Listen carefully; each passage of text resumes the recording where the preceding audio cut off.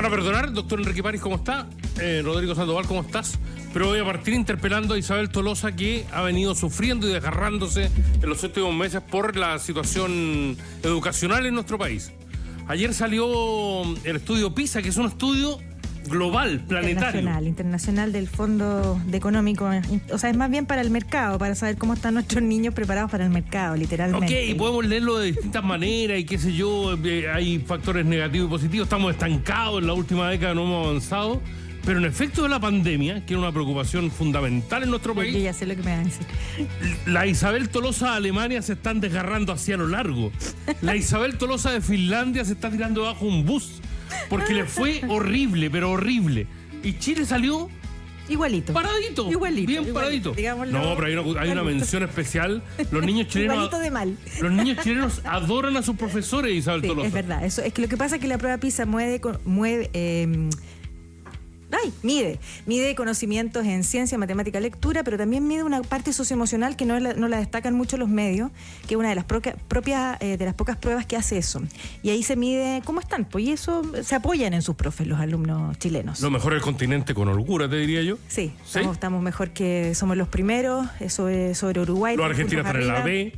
Es Uruguay, verdad. que es un país siempre tan culto, está en la B. Sí, es verdad. Es verdad lo que dice Aldo. Ahora, efectivamente estamos igual como estábamos en el 2015, antes de la pandemia, ¿ya? O sea, como que la pandemia nos dejó ras. Eso pero es como no, una... Sí, nos está pegó. optimista hoy día. Fíjate que no lo había mirado así. Pero tú sientes Estábamos tan mal en la pandemia que noticia- quedamos igual, digamos, antes de la pandemia. ¿Sientes que es una buena noticia? ¿En el comparativo? Yo creo que es una pésima noticia. En el contexto de lo que estamos hablando, y esto tiene que ver con una conversación que tuvimos hace un tiempo, con respecto a cuál es el valor agregado que está entregando el colegio a los niños. Porque, claro... ¿Estamos hablando en Alemania y Finlandia o en Chile? No, estoy hablando de Chile. Ok. Porque en todos los demás países es verdad que bajó y se notó mucho el impacto del COVID. Pero en Chile hay dos datos que son súper importantes. Primero, como dice Isabel, que existe un estancamiento desde el año 2012. Y en segundo lugar, que el COVID no significó un impacto tan importante como en el resto de los países. Y eso puede verse de dos puntos de vista. Uno, que tenemos una cultura digital tal que nos permite soportar mejor las clases remotas que Alemania, que Finlandia. Que no necesitamos el que trabajo quiera conectarse con colaborativo. claro. Que no necesitamos trabajar en equipo. Claro, el que quiera Eso es quedarse grave. con esa versión, felicidades. Yo. Claro, pero en mi caso, yo lo que veo aquí es que, a propósito de lo que hablamos el otro día con el tema de Atacama, y que yo hice una pregunta que no fue muy bien recibida, cuando yo dije, ya está bien, supongamos que los niños vuelven a clase. La pregunta es, ¿cuánto cambia su vida volviendo a los colegios, haciendo lo que ya estaban haciendo antes de esta crisis? Y esa es la pregunta, uno tiene que saber, tiene que preguntarse, ¿qué es lo que está sucediendo en los colegios? Y si eso que está sucediendo en los colegios es lo que queremos que suceda con estos niños que están preparándose para una vida que es la que queremos que lleguen a tener. Y en ese sentido, yo creo que es súper preocupante ver cómo el colegio cada vez se forma en algo más intrascendente en aquello que los niños se están convirtiendo. Bueno, pero dame el punto que si hubieras venido ayer a esta hora, sin la pizza de por medio, estaríamos hablando de un escenario caótico y terrible. Yo creo que ser lo mejor del continente en un parámetro universal, o sea, es una prueba que tiene medición estándar para todo el mundo. Ser los mejores del continente no está mal. Y que los niños quieran a sus profesores más que en ninguna otra parte no está mal. Y que, y es verdad, estamos estancados, pero no nos pegó la pandemia como nosotros pensamos que nos había pegado. Pero eso con respecto a la pandemia, perdón. Bueno, dale. No, es que lo que quería decir es que tampoco el tema, también uno tiene que preguntar, perdonen lo amargado, pero es que estas cosas hay que verlas con objetividad. También es preocupante, o por lo menos debería uno de hacerse la pregunta, ¿por qué los profesores terminan siendo tan importantes para los niños en términos emocionales en relación a lo que los niños sienten que reciben en casa? También uno debería preguntarse eso, porque todas estas cosas son relativas. Pueden significar que los profesores son excepcionalmente contenedores en términos emocionales. Que los papás son como las berenjenas. Es decir, aquí hay un tema Pero relativo. estáis rizando el rizo, Rodrigo. ¿Cómo llegaste tan amargado? Pero si para eso me traen. Po. Una pregunta. Doctor París. ¿Esta evaluación corresponde a qué año primero? Corresponde al año pasado. El año 2022. 2022, sí. Bueno, si la pandemia no influyó tanto, yo me voy a referir Fines a del ese 2021 punto, para ser exacta. Fines del 2021 para ser exacta. Sí. Bueno, fines del 2021 todavía estábamos en pandemia. Sí, todavía. Y veníamos recién la saliendo. Pandemia, además. si el análisis que hacen ustedes, yo no soy experto en este tema, si la pandemia no influyó tanto, me alegro porque significa que trabajamos bien, entre comillas. A pesar de que en Chile costó muchísimo que los estudiantes vuelvan a clase, por los temas de los profesores, pero el acápite que hace Rodrigo es importante. Parece que los alumnos quisieran más a los profesores que a los papás. Pues, se podría deducir. Pero yo me alegro de que estemos bien. Uruguay siempre nos compite en todo. En salud también nos compite, en vacunas nos compitió. Así que si estamos mejor, un poco mejor que Uruguay, me alegra. Ahora, si estamos igual que hace muchos años atrás, eso es preocupante también. Estamos y igual. Habría que buscar formas Yo, por ejemplo, yo entiendo el optimismo de Aldo, porque efectivamente tiene algunas cositas que cuando uno empieza a detallar la prueba PISA, por ejemplo, que cuando uno mira a estudiantes de mayor desempeño, los que tienen mejores resultados, bajaron en sus promedios. Y ahí claramente tenemos un problema de brechas de equidad, en que en el fondo las personas de menor desempeño se mantienen y los más de altos desempeños bajan. Por lo tanto, todos estamos más o menos, digamos. Pero cuando uno mira por estrato socioeconómico, en el estrato socioeconómico más bajo sube el promedio en Chile. 10 puntos. Lo cual es una buena noticia. Digamos, ahí hay una brecha que se está cortando. ¿Y los privados? Es que esto no separa por... Bajaron 14. Exacto, pero en el fondo igual aquí hay una sensación de que... ¿Qué es lo que yo leo detrás de esto? Que un poco lo que dice Rodrigo, que todos los esfuerzos para hacer una mejor educación no están llegando a la sala de clase. ¿Ya? En la sala de clase nos está viendo un cambio de que hoy día, para el siglo XXI, estamos estudiando con unas metodologías de fines del siglo XIX, principios del siglo XX. ¿Cómo seguimos con las salas iguales. ¿Por qué no llega a la sala de clase? Porque no hay innovación. Porque no hay interés, porque hay mucha exclusión escolar. Hay en la otra prueba que nosotros medimos, ¿no? En Chile también, en tema de matrícula, además, en este minuto hay una exclusión escolar grande. Y hay 16.000 estudiantes de estrato socioeconómico alto, de las comunas de Vitacura y Las Condes, que están dando exámenes libres. Uno dice, ¿qué es eso? ¿Dónde están? Están estudiando en sistemas informales, están estudiando en la casa. En el otro extremo la deserción. Exacto. Y en el otro extremo tenemos la exclusión escolar, que no me gusta decir deserción, porque claro, se van del colegio porque no tienen más alternativa. No por opción, digamos. No por opción, exacto. Fíjese, deprimir Aldo, que llegó eufórico con la pizza y ahora ustedes le están destruyendo. Bueno, nosotros a veces llegamos optimistas y él con el fútbol nos deprime. Con todo, sí. No, pero un panorama tan tremendamente oscuro como ha sido la educación y con un gobierno que lo tenía como estandarte y bandera prioritaria dentro de esos programas. Yo creo que tener una buena noticia en un parámetro universal... Pero la buena noticia es que le ganamos a los del continente. Habría que ver qué tan mal está todo el continente entonces. Yo creo que en educación tenemos un problema porque Singapur es impresionante. Finlandia está número 11, también bajó, descendió mucho. Que yo creo que la pandemia, es verdad lo que tú dices, la pandemia les pegó más a los países que tenían mejor innovación en educación. Pero los choques siempre son más fuertes cuando vienen más rápido. ¿Pero por qué? Y tiene un punto, Aldo, porque la innovación educativa se produce en la sala de clase, colaborativamente, todos trabajando en equipo, y eso dejó de ser. Con un dato objetivo que no podemos obviar. Chile fue el país que menos clases tuvo en la pandemia. Sí, pues. O sea, hubo 200 días sin clases. Sí. Me estás contagiando con tu optimismo. Con respecto a 90 días, ponte tú, que tuvo, qué sé yo, Finlandia, ¿ya? Entonces, se suponía que era la debacle, que era el derrumbe total. O sea, la previsión para la PISA era Chile está colista. Es que ¿sabes qué pasa? Que yo creo que es importante ver el dato anterior. Porque si tú lo ves claro en términos de COVID versus COVID, pues, de acuerdo. Pero cuando uno observa que venía un estancamiento anterior, te das cuenta que quizás la respuesta no está en que nuestro golpe no fue más fuerte, sino que veníamos más lentos. Sí, pero es como analizar los resultados de la economía sacando el efecto pandemia. Es verdad lo que dice Aldo, podría haber sido peor. O sea, ninguna esperanza en el país que más receso escolar tuvo durante la pandemia. No había ninguna esperanza de que los niños, por ejemplo, tuvieran una buena percepción de los profesores o que que nos mantuviéramos estancados y no que nos hubiéramos derrumbado, por ejemplo. Yo lo voy a decir en estos términos quizás más arquitectónicos que agónicos. Lo que uno tiene que preguntarse, claro, lo que uno tiene que preguntarse es qué reflexión o qué lectura de esto es la que más nos ayuda para lo que viene. Entonces, claro, podríamos decir que no fue bien. Yo creo que uno tiene que estos estudios verlos desde el punto de vista de lo que te pueden mostrar para lo que falta que venga. Entonces yo insisto, yo creo que hay que tener una reflexión sobre lo que está pasando en las salas de clase. Yo creo que esto salcándose toda la discusión de que todos nosotros conocemos experiencias súper virtuosas en que hay gente maravillosa, que hace esfuerzos sobrehumanos para poder ponerle talento y amor al proyecto educativo en el cual participan, todo eso. Pero en la práctica, para los que nos toca tener cierto contacto con la cotidianidad en sectores más desposeídos, uno observa que el colegio cada vez se transforma en un lugar menos aportante en términos de las cosas que uno cree que debe tener una sociedad. Y esto es doloroso, digamos. Y uno tiene que hacerse preguntas profundas. Yo, a propósito, ayer se lanzó un libro de Daniel Mansuy, que estoy empezando a leerlo, pero ya promete. Yo no soy muy amigo de Daniel Mansuy, pero debo reconocer que este es un aporte muy valioso que se llama Enseñar entre iguales. Que lo que hace es traer cómo es esto de educar en democracia. ¿Educar en democracia es más relajo? ¿O educar en democracia es en ser más estricto con ciertos códigos y valores que nosotros entendemos que son los que construyen esta amalgama social? Ese debate, más allá de las preguntas que se hace Daniel Mansuy, que creo que son bastante pertinentes, creo que es un debate que tenemos que hacernos. ¿Qué queremos que pase en la sala de clase? Si esa es una cuestión que no estamos. Hemos hablado de cobertura, hemos hablado de jornadas, hemos hablado de... pero no hemos metido en calidad de los docentes.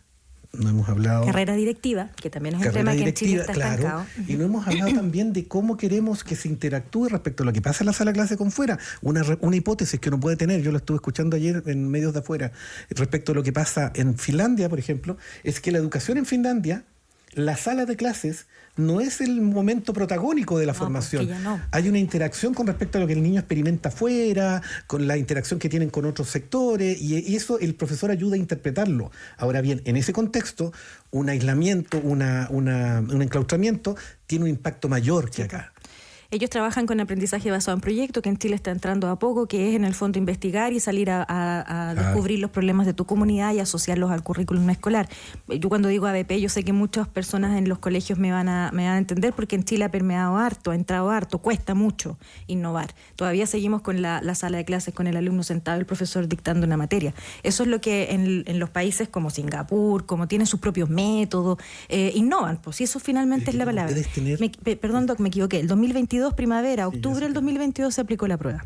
Sí. Lo que pasa es que tú no puedes hacer que el alumno interactúe con el entorno cuando en el entorno, si sale del colegio, lo asaltan. Es decir, aquí el colegio da cuenta también de un contexto en el cual el proyecto educativo se está dando y en el cual también la sociedad está generando influjos perversos respecto de las posibilidades, las condiciones de posibilidad que tiene el proyecto educativo. Yo encuentro que la radio me debiera mandar a Singapur, a mirar qué es lo que está haciendo Singapur. Bueno, quizás como se ocupó mucho la educación a distancia en la época de la pandemia y se favoreció mucho, se entregaron de hecho equipos, a lo mejor eso influyó en esta evaluación y creo que eso también habla un poco bien del país. Nosotros somos un país que tenemos una cantidad de smartphones por habitante muy superior a otros países. El Ministerio de Educación tradicionalmente ha estado entregando computadores, entonces creo que a lo mejor se hizo ese esfuerzo a nivel de clases a distancia. Externalidades positivas de la pandemia, llamaría yo, que también ocurrió en las universidades. Sin embargo, la evaluación posterior, sobre todo en las universidades, no ha sido tan buena. Yo no soy experto en esto, pero el punto positivo sería quizás ese, que Chile tiene una buena infraestructura para educar a distancia. Ahora, igual hay otros datos. Tú partiste con el tema, si me extiendo tú me callas. No estamos extendiendo, no por estamos favor, extendiendo. Pero hay un dato interesante que se mide también el uso de celulares. Eso fue un dato bien interesante y las personas que se distraen con los celulares tuvieron 15 puntos menos. Esto a nivel mundial, no solo en Chile. Y eso es interesante porque ya Nueva Zelanda anunció que va a restringir los celulares en las salas de clase. Yo creo que yo no sé si es restringir o no, pero tampoco hemos aprendido a trabajar e incorporar la tecnología a la sala de clase. Sí. Ahí tenemos un problema también. Está interesante ese dato. Que hubo un salto importante. De hecho, te hablaban de que esto en términos de la cobertura tecnológica en la educación, avanzamos 10 años en la época del COVID. Yo estoy de acuerdo en eso. Pero esa posibilidad tecnológica tiene que ir acompañada de una capacidad de inteligencia del uso en esa. Entonces, porque eso te puede traer dos cosas.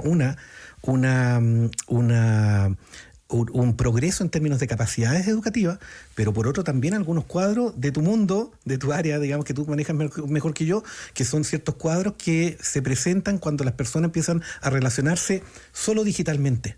Entonces, creo que es súper importante el punto que dice Isabel, y me parece bien que lo haya planteado Aldo. Yo creo que las preguntas uno tiene que hacérselas en términos, vuelvo ya que te gustó tanto, en términos más que agónicos, en términos arquitectónicos. Uno tiene que hacerse las preguntas que te dan base para poder construir soluciones. Y yo creo que hay un debate que hay que tener en Chile.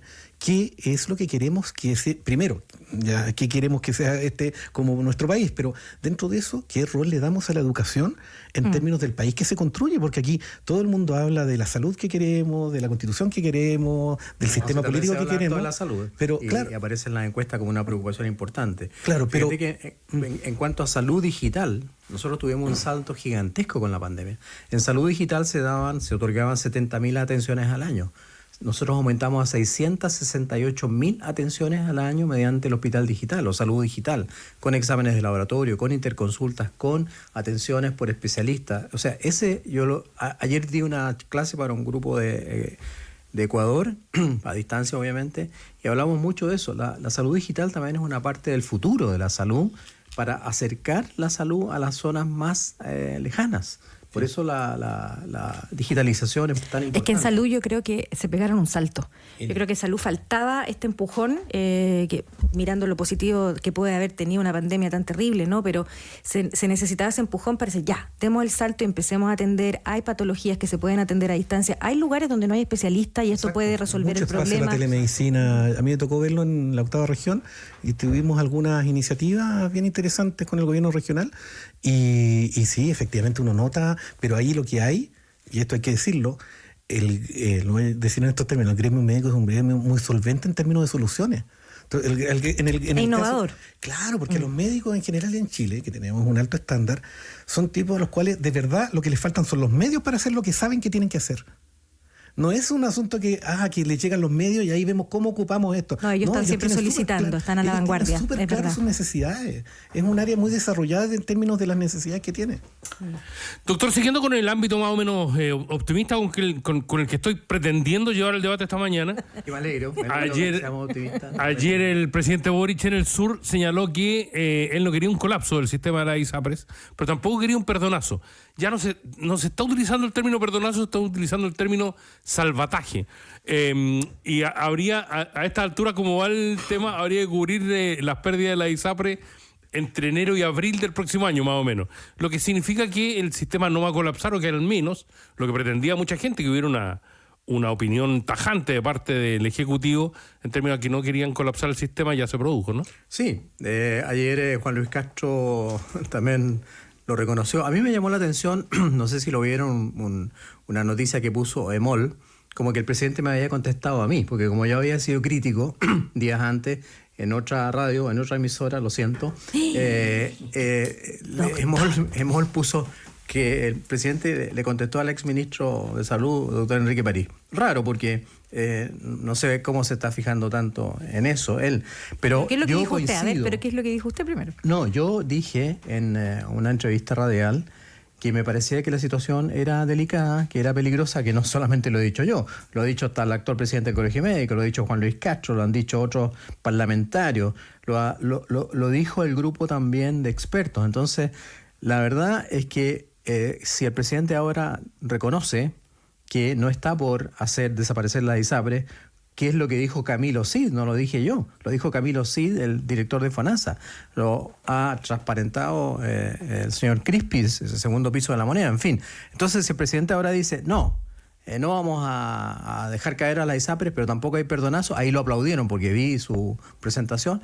Me parece bien, como dice Aldo, reconoce finalmente que van a hacer todos los esfuerzos para que no se desactive el sistema privado, que tendría un impacto muy importante en la salud pública, y lo dijo también el presidente Boric ayer. Me alegro que esté en esa línea y que esté entendiendo lo que puede llegar a ocurrir, porque existía la sensación de que no había esa preocupación en el comité político. Hoy día, a propósito, el comité de senadores de salud va al comité político de la moneda porque quisieron ir más arriba que la ministra de Salud para discutir este tipo de temas. Me alegro que el presidente haya aclarado su posición. Doctor, aprovecho de preguntarle justamente por eso, que vayan más arriba de la ministra de Salud, ¿implica que aquí hay un cuestionamiento tal vez al rol que ha cumplido en esto o cree usted que no? Yo no la quiero cuestionar. Creo que es una excelente persona, muy versada en el tema de salud pública, pero desgraciadamente yo tengo la sensación, o existe la sensación, la temperatura en el ambiente, de que estaba un poco ausente y causó mucho malestar que ella no asistiera a la reunión del Comité de Salud del Senado cuando fue citada y estaba fuera de Chile. Hoy día en el Mercurio, una editorial, habla del tema, incluso nombra esta situación. Entonces, la sensación que existe en el medio ambiente es que ella ha estado poco involucrada. ¿Por qué? Porque acuérdense que la primera vez que presentó ella un plan de recuperación en el Comité Político de la Moneda y no estaba presente el presidente, presidente Boric, desgraciadamente, ¿quién se opuso al plan? La otra ministra, no la voy a nombrar mejor, otra ministra. Entonces, ella se sentía, yo creo, o se siente o se sintió, espero que ahora ya no, con poco apoyo, con lo que ha dicho el presidente. Me imagino que tendrá mucho más apoyo. Dijo ayer también el presidente en Los Lagos que la ministra estaba trabajando arduamente y aceleradamente para buscar una solución. Ahora, el tema de la prima GES, aquí yo empiezo como a aprovechar que está el doctor. Y para evitar el colapso, enfatiza el presidente, respondiéndole de alguna manera al doctor Enrique París, que él quiere evitar el colapso, pero dice que no va a haber un perdonazo porque a la larga las ISAPRES tienen que pagar algún costo, por doctor, ¿no? Por supuesto, eso lo hemos dicho siempre, y nosotros enviamos proyectos para reformar el sistema. De la época, desde Bachelet se están enviando proyectos, se hicieron comisiones, 3 comisiones, y nunca avanzamos en nada. Aquí ya lo he dicho muchas veces, los voy a cansar con esta monserga. Lo que no se solucionó en sede legislativa, se solucionó en sede judicial. Y eso es lo que ha producido esta crisis, entre comillas. Ahora, lo que decía o que quiso iniciar Isabel en el sentido de que hay varios problemas. Primero, que la Corte Suprema bloqueó el aumento del precio base. Segundo, obligó ya a que se devuelva lo que se cobró por GES Auge.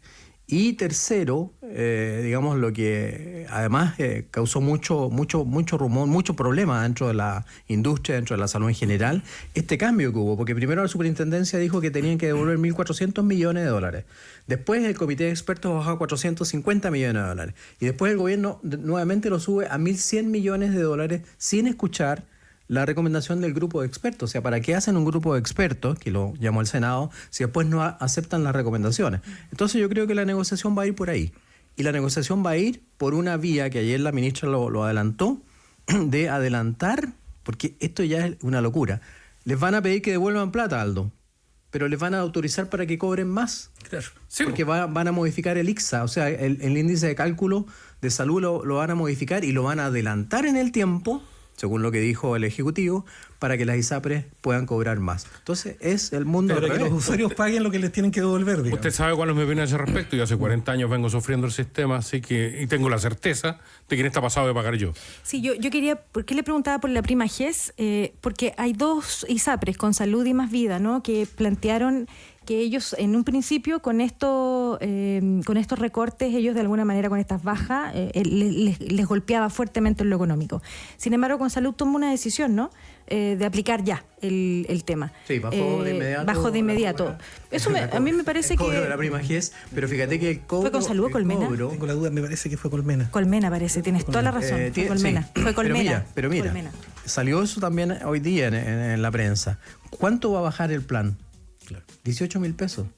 Bueno, para algunas familias eso es un montón, pero 18.000 pesos, oye, para los que pagan 400, 500.000 pesos no es nada. Pues entonces es como un volador de luces también. Yo creo que por eso van a cobrar más, pero les van a permitir rebajar el GES. O sea, lo están obligando a rebajar el GES. Subo el plan y bajo el GES. Es que aquí por ahí va entre tanto datos se pierden un poco algunos conceptos, y creo que es súper importante lo que dice el doctor.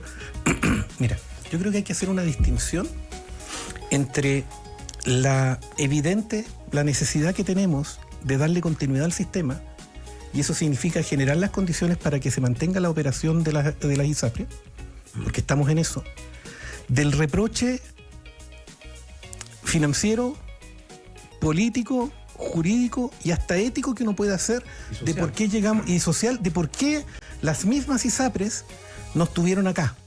Pero no solamente las ISAPRES, porque ahí el doctor tiene mucha razón. tanto en gobiernos de la centroizquierda, pero también en los gobiernos de derecha, hubo esfuerzos determinantes y que significó importantes problemas de los ministros de la época, partiendo por el presente, digamos, con los gremios de la salud, en términos de avanzar en soluciones definitivas sobre esto. Es decir, aquí hubo intención del Ejecutivo y hubo también la necesidad de hacerlo. ¿Quiénes fallaron? Las ISAPRES con su porfía incomprensible de entender que esto tenía que seguir tal cual hasta que reventara, como reventó. Y en segundo lugar, con los parlamentarios. Es decir, aquí de nuevo lo mismo. ¿Hasta cuándo la impunidad legislativa? Es decir, aquí existe un parlamento que bloqueaba las iniciativas que llegaban, que empezaba a hacer farándula política a partir de los eslóganes fáciles cuando se hablaba de esto, porque, perdónenme, yo estoy en las antípodas de Mañalich en muchas cosas.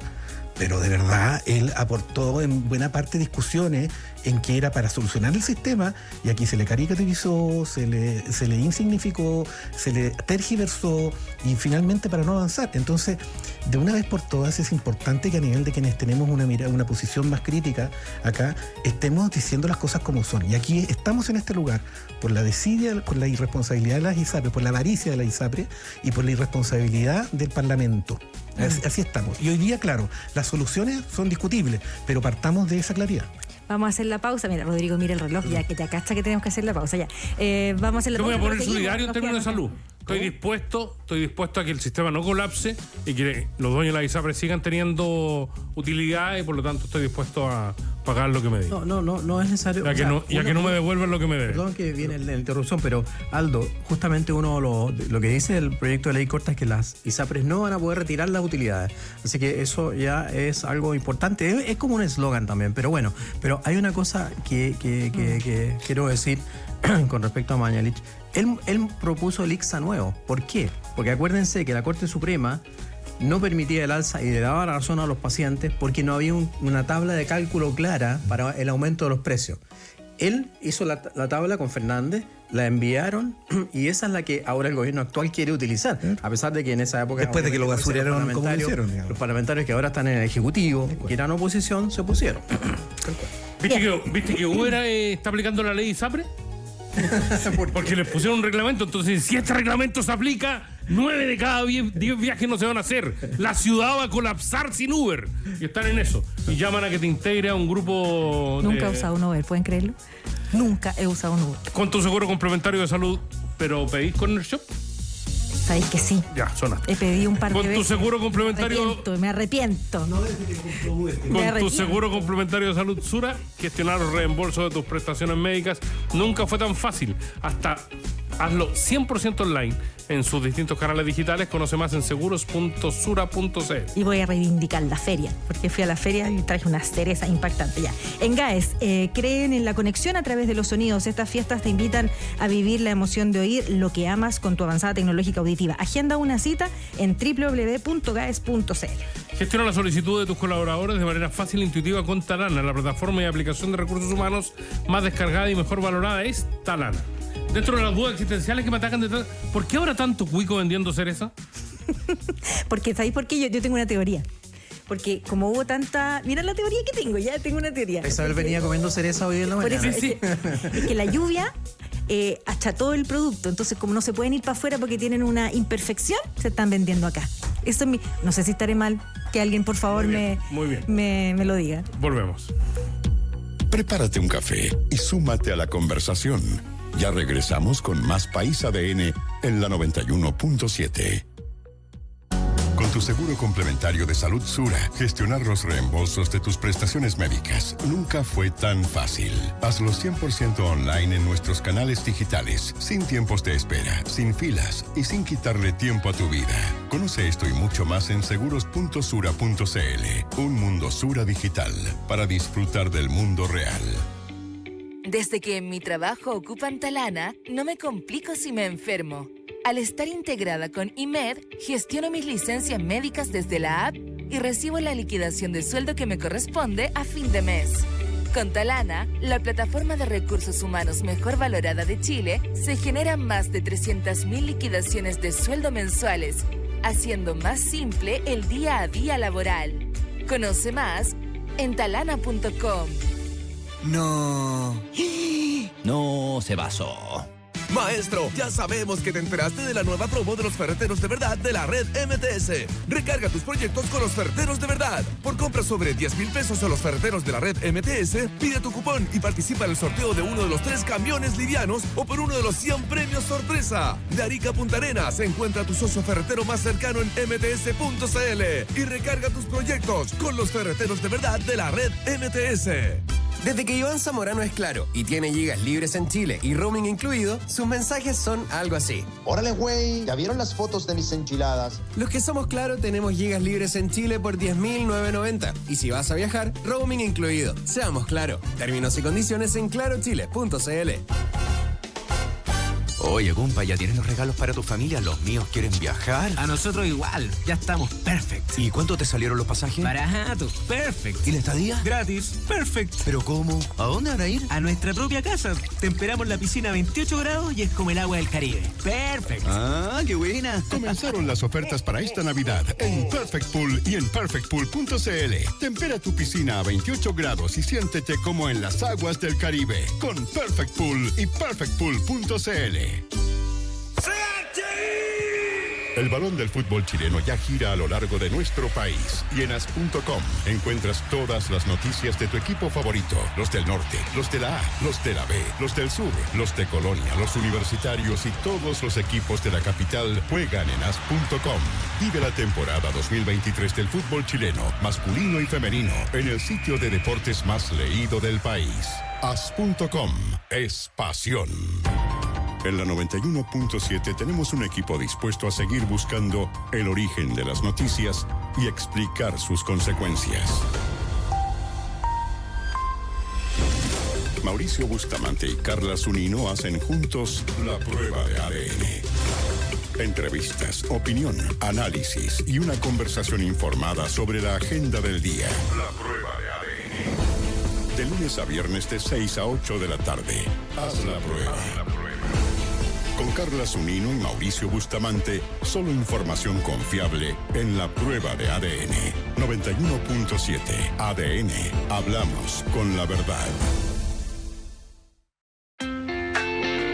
Continuamos con Aldous Chiapacase e Isabel Tolosa en País ADN por la 91.7. Seguimos haciendo País ADN junto a Rodrigo Sandoval y Enrique París. Quedamos ahí, cerremos el tema de la ISAPRE. ¿Quedó con algo que decir o está todo dicho, Doc? No, yo coincido mucho con lo que decía Rodrigo y quiso decir también Aldo, pero no lo dejamos explayarse. Creo que las ISAPRES son parte del problema también. Ellas son causantes muy importantemente del problema, porque no reaccionaron a tiempo. Y ellas deberían haber incluso apoyado, digamos, las reformas, y obviamente que se quedaron calladas. Pero también hay que reconocer que como no había una forma lógica de calcular los aumentos de precio base, tampoco se trabajó en eso y se quedaron dormidas en eso, se apoyaron en eso. Prefirieron pagarle a la gente que los demandaba en vez de, digamos, corregir su actuación. Y ahora, evidentemente, que tenemos que contribuir todos. Eso me gustó, sí, que dijo el presidente. Lo dijo Juan Luis Castro también. Ya que todos cometimos errores, yo también lo dije, ya que todos cometimos errores, ejecutivo, legislativo, en fin, arreglemos la cosa entre todos, po. Tratemos de arreglarla. Los quiero cambiar de tema. Hoy día en la mañana nos despertamos con una noticia terrible de un niño de 5 años asesinado en la comuna de Padre Hurtado, justo cuando además estamos conversando y discutiendo sobre estos estados de emergencia comunales, con un nombre bien rimbombante, pero en el fondo es seguridad comunal, seguridad que los municipios, a mi juicio, no sé si están de acuerdo conmigo, es parte de lo que tienen que hacer. Tener buenas luminarias, tener buenas seguridades en las calles, hacer recorridos, tener teléfonos de emergencia, etcétera. Sin embargo, lo que se anuncia en los planes de seguridad comunal es de alguna manera contratar, ¿no?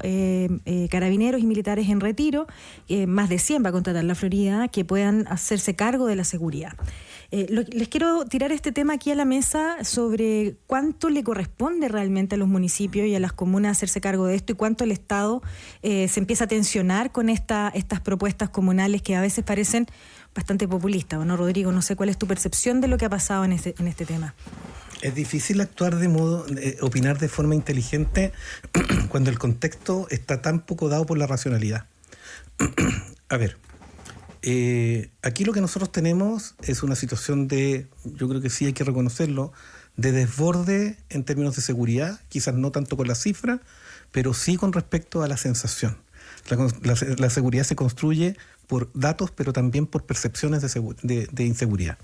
Y eso está sucediendo. La gente está con miedo, todos nosotros tomamos diariamente decisiones condicionadas por la eventualidad de que podamos ser objeto de algún delito.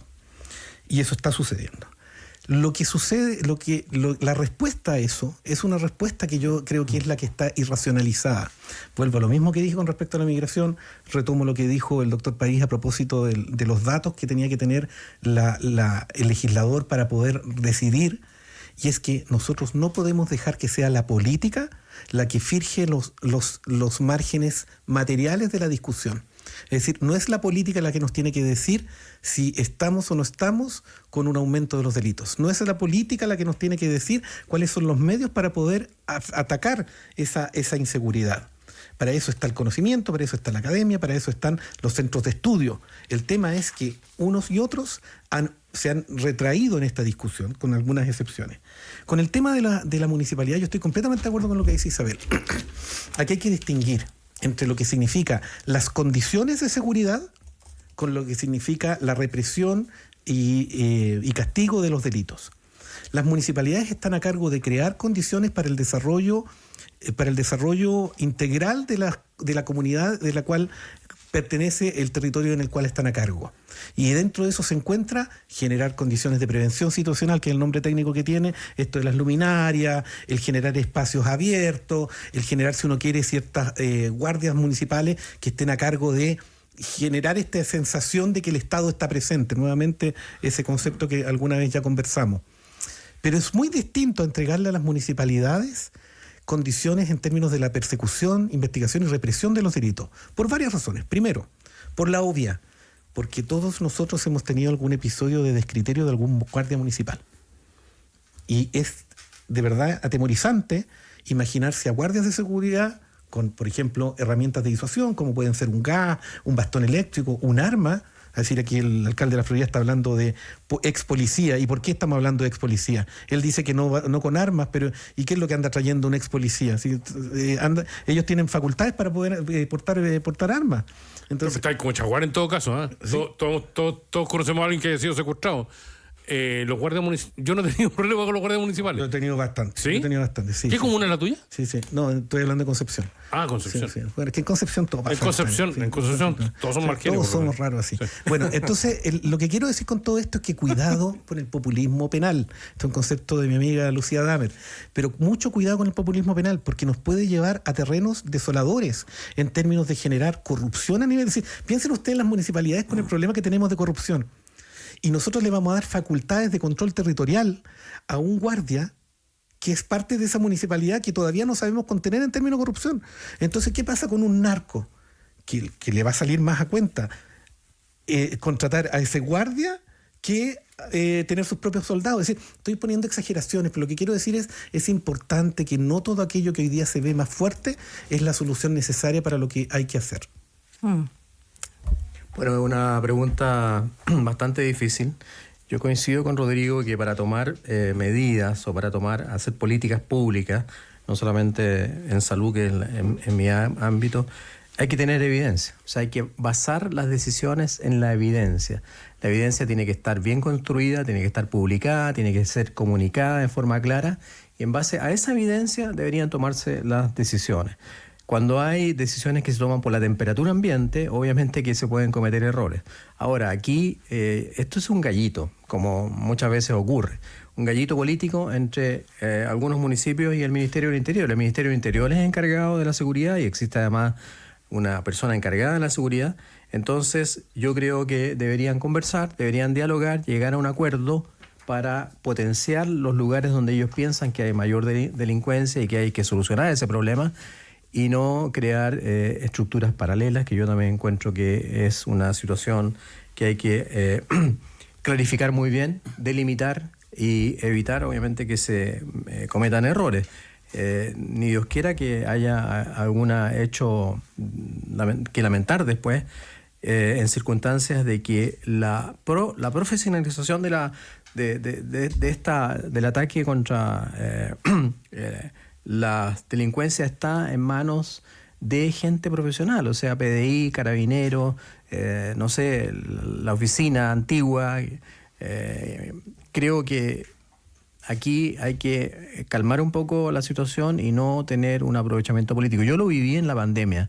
Muchos alcaldes levantaban, digamos, terribles programas, mentiras, calumnias, en qué sé yo, solo para golpear al gobierno de derecha en esa época. Entonces, yo no soy partidario de ojo por ojo, diente por diente. Creo que es mejor que dialoguemos y llegamos a un acuerdo.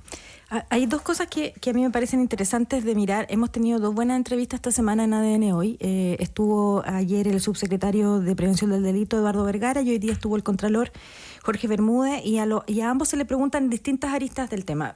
Por un lado, el subsecretario dice, a mí no me parece tan descabellado, ¿ya?, que los municipios tomen sus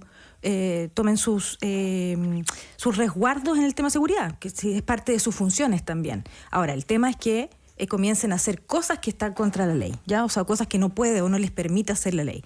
Y por otro lado, también se le preguntaba al Contralor en la mañana sobre cómo este tipo de contrataciones, aquí entra la Contraloría a mirar, cómo se justifican también estas contrataciones, el aumento de personal, por ejemplo, en seguridad. Se comienzan a tercerizar, hay que hacer licitaciones y comienzan, en el fondo ahí uno dice, el aparataje municipal no es llegar y decir voy a hacer esto, entonces queda como una frase en titular, estado de emergencia comunal. Entonces uno queda como, bueno, ¿estamos actuando frente a la ley o, insisto en mi pregunta, es una medida populista, previo a un plebiscito, luego vienen las elecciones municipales y parece que estoy haciendo algo, pero en estricto rigor no pasa nada en el fondo? Es que están todos los incentivos para esa clase de soluciones, porque aquí nadie se quiere hacer cargo de nada, y estoy hablando de las autoridades y también estoy hablando de las personas. Es decir, también el ciudadano tiene cierto nivel de responsabilidad, por ejemplo, cuando compramos cosas en el comercio informal, pues. Si el comercio informal se alimenta ¿de qué? ¿De dónde vienen los bienes que uno compra en el comercio informal? Entonces, también hay un tema de responsabilidad social. Yo esta cosa he escuchado en estos días, algo que a mí me parece muy interesante, que habla de cómo el populismo se alimenta de esta autoatribución de santidad que se tiene el ciudadano. Porque yo favorezco estas respuestas absolutas cuando yo siento que yo no tengo nada de aquello que es reprochable en términos del asunto. Entonces, claro, yo no tengo nada que ver en materia de seguridad. Entonces, todos los problemas de seguridad se originan en una autoridad que no hace lo necesario que tenga que hacer, como si yo no tuviera ninguna responsabilidad. Nosotros estamos en un contexto, justo lo venía hablando con el conductor que me traía, estamos en un contexto en el cual tenemos que replantearnos, y esto tiene que ver con el tema educacional, de qué forma nosotros estamos en una sociedad que entiende que las reglas de conducta que nos hemos dado para regir nuestra convivencia se respetan o no. Y en la medida que cada uno de nosotros va torciendo, sea participando en el comercio formal, sea realizando ciertos acomodos a la ley, en algunos grabados en el último tiempo, como este episodio, digamos, y empezar a dejar de darle un valor al respeto de la ley porque es la ley, empiezan a generarse condiciones para que desarrolle o esta ausencia de Estado se llene con otros entes que empiezan a ser los que rigen en esto. Entonces, este gobierno que está teniendo el crimen organizado en algunos lugares del territorio no se va a resolver porque ustedes metan a guardias municipales con facultades dudosas, que al primer incidente lo que vamos a tener es una polémica respecto de qué es lo que la guardia hizo mal en lugar de resolver el problema de fondo. Aquí lo que hay que hacer es un repensar definitivamente qué es lo que, por ejemplo, tienen que hacer nuestras policías. Aquí, lamentablemente, yo sé que hoy día estamos en alza en términos de Carabineros, pero hay una reformulación que había que tener respecto de Carabineros y que quedó en nada a propósito de la necesidad que tuvimos de Carabineros con este tema de seguridad, pero estábamos en un proceso de reflexionar sobre qué es lo que queríamos que fuera Carabineros. Lo mismo pasa con la Policía de Investigaciones. Yo tengo serias dudas respecto a las capacidades que tienen en materia, por ejemplo, de inteligencia criminal nuestras policías. Por trabajo me ha tocado ver de qué forma existen vacíos en ese sentido. Lo que quiero decir es que existe una serie de cuestionamientos profundos que hay que tener respecto de la relación que tiene la ciudadanía con la seguridad, con la ley, y que no están siendo objeto de deliberación. Y que mientras no resolvamos esas cuestiones, todo lo demás va a ser mera pirotecnia. Yo no creo que haya mala intención en los alcaldes de La Reina o de la Florida. No hay mala intención.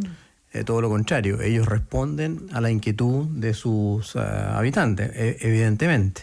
Pero en este momento, como decía Isabel, que hay elecciones, que hay un plebiscito, es es mejor, digamos, actuar mancomunadamente. ¿Qué es lo que hicimos nosotros en esa época? Lo hizo Blumel. Hacíamos reuniones masivas con los alcaldes para escucharlos, para escuchar sus quejas, para tratar de buscarle una solución.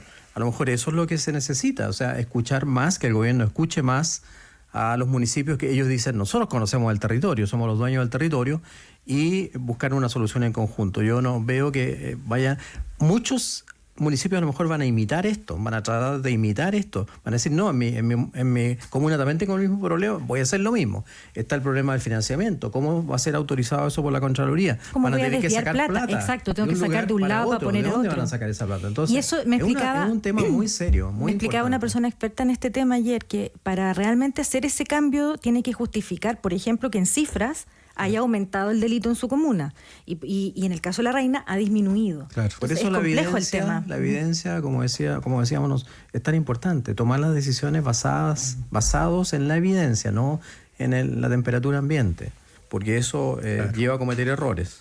Pero hay cuestiones más profundas.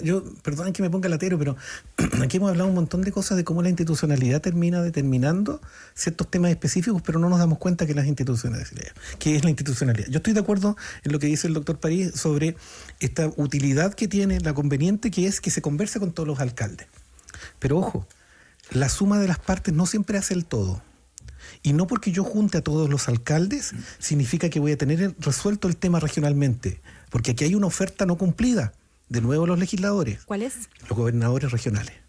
Es decir, cuando aquí se habló del gobierno regional como una solución para poder integrar la respuesta a distintas necesidades que son absolutamente transversales a las distintas comunas, en materia de movilidad, en materia de distintos comportamientos, y ahí agrego el tema de la seguridad, existía esa oferta que el gobernador venía a hacer la respuesta institucional a eso. ¿Qué pasó? Que por motivos que podemos conversar si quieren, pero yo me atrevo a aventurar una hipótesis, para evitar futuros candidatos a senadores o a diputados que fueran desde la gobernación, se le quitan dientes a los gobernadores. Y finalmente los gobernadores solamente terminan con facultades en materia social, en materia de infraestructura, de transporte y en materia de fomento. Bueno, hay que recordar que Claudio Orrego ha sido bien incisivo en este tema, y ha mostrado cifras y ha dicho que se toman medidas y no se toman. ¿Pero qué herramientas tiene Claudio Orrego? Ninguna, y por eso critica tanto. Claro. Ese es el tema. Pero no tiene atribuciones, critica. Pero esa fue una negociación política porque... está bien. Porque los gobiernos no querían ceder el poder en las regiones. Digo. Bueno, ¿y por qué pasa con los delegados presidenciales? ¿Por qué se mantienen cuando este gobierno prometió sacar a los delegados presidenciales, mantener a los gobernadores y darle más posibilidad de actuar a los gobernadores? Sí, eso también hay que discutirlo. A lo mejor también tiene relación con esto. Porque es que por eso voy... ¿Tú eres partidario de los delegados presidenciales o no? No, es que a ver, yo lo que soy partidario, yo puedo tener mi opinión respecto de cómo se avanza en términos de descentralización y de desconcentración, que en el caso de los delegados estamos hablando de desconcentración. Pero lo que yo creo es que hay que tener la discusión. Bueno, ¿qué queremos tener? ¿Queremos tener gobiernos regionales? Pero tengamos gobiernos regionales en serio. Y eso significa entender que hay funciones que no se van a poder llevar a nivel central y que hay que reconocer ciertas disparidades. A mí, yo conozco bastante de cerca la realidad española. Y el gran debate que hoy día en materia español, en el debate español, es cómo se centraliza más. ¿Por qué? Porque hay diferencias importantes en términos de la calidad de salud y de la calidad de educación dependiendo de las distintas comunidades autónomas. La descentralización, que se ve tan virtuosa, tiene también sus defectos porque va generando condiciones distintas de desarrollo en distintos ámbitos. Entonces, cuando se habla de gobierno regional, hay que entender a qué se refiere. Tú no puedes tener un gobierno regional si, por ejemplo, no le entregas competencias en materia de seguridad. Hay una cosa ridícula, lo hablamos una vez acá, me acuerdo, a propósito de los desastres naturales, que quien tiene el presupuesto para atender las emergencias es el nivel central, a través del delegado presidencial, y no el gobierno regional, que es la segunda autoridad más votada, por quien votaron todas las personas. Entonces, cuando a las personas se les inunda la casa, ¿dónde van? ¿Dónde un delegado que no conoce? Pero ahí el doctor París tiene un punto. O sea, era un compromiso de este gobierno el eliminar esa función y no se ha hecho. Es que a mí me parece que los compromisos de este gobierno, además de ser que han demostrado en buena parte ser insostenibles en la práctica, son compromisos que en sí mismos ya no valen como un parámetro. Es decir, partamos de una base. Toda discusión inteligente que podamos tener, partamos de la base que el programa de gobierno de este gobierno no se ha podido cumplir. Rodrigo, llegamos a este engendro entre gobernadores y delegados presidenciales por una negociación política. Pero la en el oferta, gobierno de Piñera. la oferta de acabar con esos delegados en ese engendro. Sí, pero no depende del gobierno, depende una vez más del Parlamento y de la negociación política que pueda haber, digamos. Pero ojalá que no se cumpla esa oferta.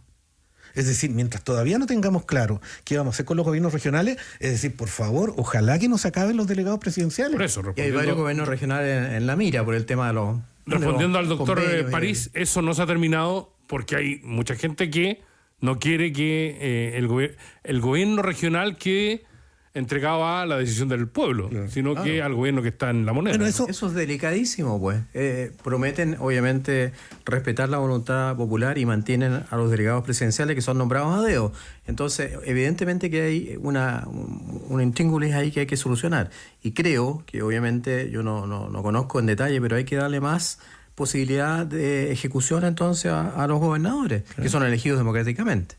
Ahora que después opten a ser diputados, senadores, presidente, bueno, cada uno tiene esa vida, es la política, posibilidad, claro. Tú no puedes generar este debate. Yo me acuerdo que se tuvo cuando fue la reforma procesal penal, y también se hablaba de la figura del fiscal regional, que se podía transformar en un actor político. Es decir, no puede ser.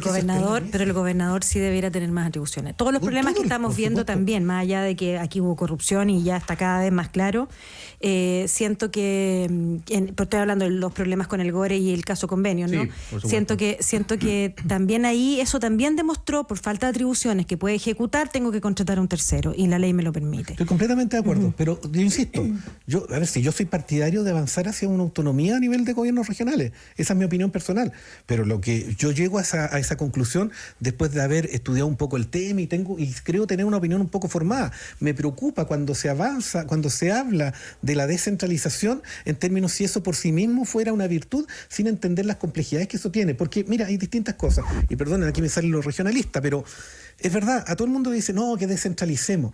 Mira, buena parte de lo que pasa con los gobiernos regionales hoy día tiene que ver con la ausencia de capital humano que se queda en regiones para poder gestionar esas facultades.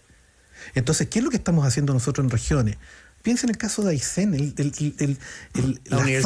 la farra que se está haciendo. Una universidad de Aysén, para lo que servía, porque yo era de los promotores hace mucho tiempo de una universidad pública. Allá, claro, era generar capacidad crítica para que fueran personas de la región las que pudieran acompañar los procesos de descentralización que iba a protagonizar esa región. ¿En qué la transformaron? En un lugar para andar pagando favores, en un lugar para andar acomodando a los amigos y en un lugar en donde la oferta educativa no tiene nada que ver con la proyección que uno podía atribuirle a entonces, los procesos son, vuelvo al tema de la deliberación, los procesos son amplios, son complejos. Yo no puedo analizar el tema de las facultades de los gobernadores si no tengo acompañada una discusión sobre el capital humano que se genera en la región para poder implementar ese tipo de procesos de descentralización. Bueno, la pelea que está en este minuto con los delegados presidenciales que se designaron hace muy poquitito, la semana pasada, es justamente uno de ellos, por la cantidad de años que vive en la región. A pesar de ser de la región, no vive hace mucho tiempo en la región y ahí se generó toda una tensión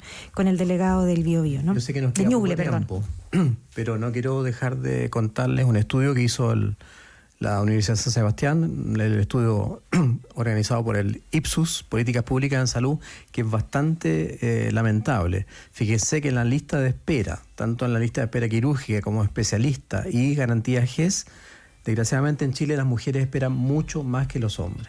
61% de mujeres esperan versus 49% de hombres. O sea, eso me preocupa enormemente. Creo que hay que corregirlo.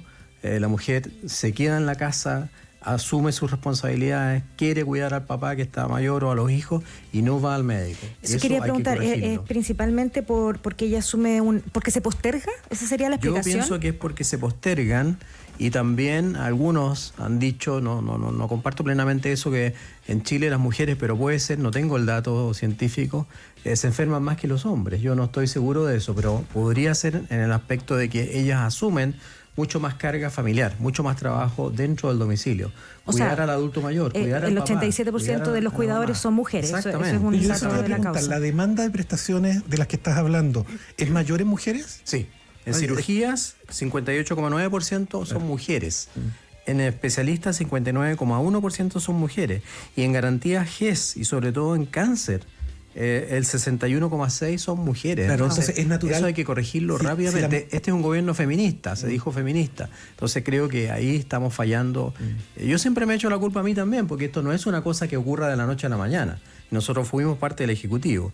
Entonces creo que hay que corregirlo rápidamente. Por eso es que es importante tener datos, tener investigación, buscar las cifras para encontrar y tener soluciones. cuidado cómo se ocupan, porque por ejemplo en el caso que tú estás dando, me parece súper interesante saber cuánto es la demanda, el requerimiento de atenciones por parte de la mujer, porque si es mayor, es natural que la lista de espera en ella se exprese más, pero uno debería preguntarse por qué es mayor. Sí, no, y la población es... ¿Y van a presentar estos datos en algún seminario o algo? No, lo Para que me invite, publicamos hoy día, ¿puedo decirlo? En la tercera. Nosotros tenemos mañana un coloquio sobre modificación del Código Sanitario, donde esto va a salir, porque una de las formas de disminuir las listas de espera, aunque no se crea, digamos, es modificar el Código Sanitario. ¿Qué es un coloquio, a diferencia de un conversatorio más chiquitito, más cerrado? No, es grande. ¿Es grande? Ah. Sí. No, modificar el Código Sanitario permite que otros profesionales del área de la salud cumplan funciones que en este momento solo cumplen los médicos. Aquí me van a pegar los médicos, obviamente, pero yo creo que hay que avanzar en eso. Fíjese que en cáncer de mama hay 4.110 garantías auge retrasadas, y eso es ilegal. Eso no puede ser. En cáncer cervicuterino 3.600. O sea, entre cáncer de mama y cáncer cervicuterino, mujeres, hay más de casi 8.000 mujeres esperando atención. Eso, atención de oportunidad, digamos. Solo un comentario. El próximo estudio que lo publiquen, que lo presenten en El País. Acá, en ADN. Claro. El próximo con ADN, lo hacemos aquí juntos. Perdón. El próximo estudio, no se vaya para la tercera. No, por eso lo estoy publicando, lo estoy diciendo. No, es que salió ayer. Muy bien. Nos ganó la tercera. A Ignacia Canales. Le agradecemos el entusiasmo a Rodrigo Sandoval y al doctor Enrique París, que esta mañana, con la mesura y la tranquilidad habitual, han diagnosticado la realidad del país. Ahora, igual no ande dando cuña en otra radio. Venga aquí a dar las cuñas. Vamos a destacar de todo lo que dijo. Igual quiero decir que, ¿sabes que nunca presentamos a nuestros panelistas? Enrique París, presidente del Instituto de Políticas Públicas de Salud de la Universidad de San Sebastián, desde ahí hace la investigación. Rodrigo Sandoval, abogado experto en Derecho Migrante, Gestión Pública, académico de la Universidad de Chile. Gracias. Gracias a los dos. Lo escucha por su mérito, no por sus cargos. Gracias a ustedes.